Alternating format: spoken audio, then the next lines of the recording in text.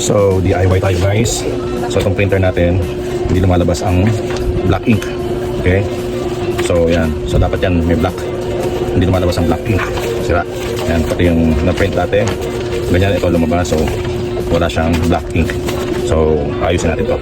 First time natin gagawin to, sana mag-work out. Okay? So buksan natin to.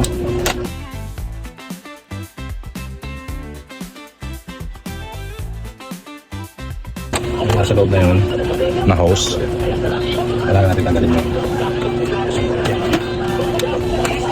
Tanggalin natin. Then kailangan natin sipsipin yung black ink.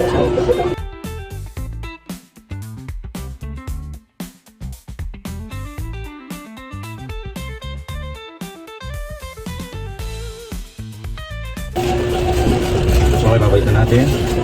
Kailangan natin ang ilaw.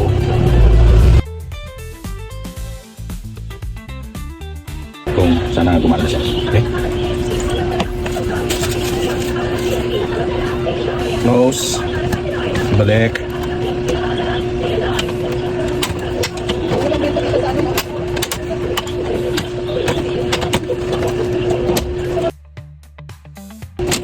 Let's go.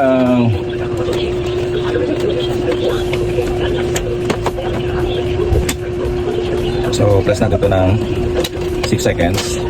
Yung power at saka yung sub button. Okay? 1, 2, 3, 4, 5, 6.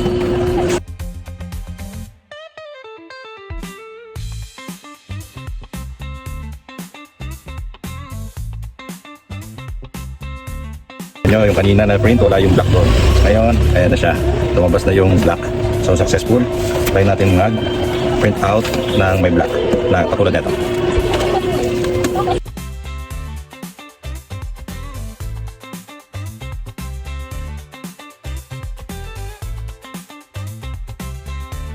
Yun, successful. So kanina, pag nag-search tayo, ganito lumalabas, wala yung black. Ngayon, ayan na siya. O, di ba?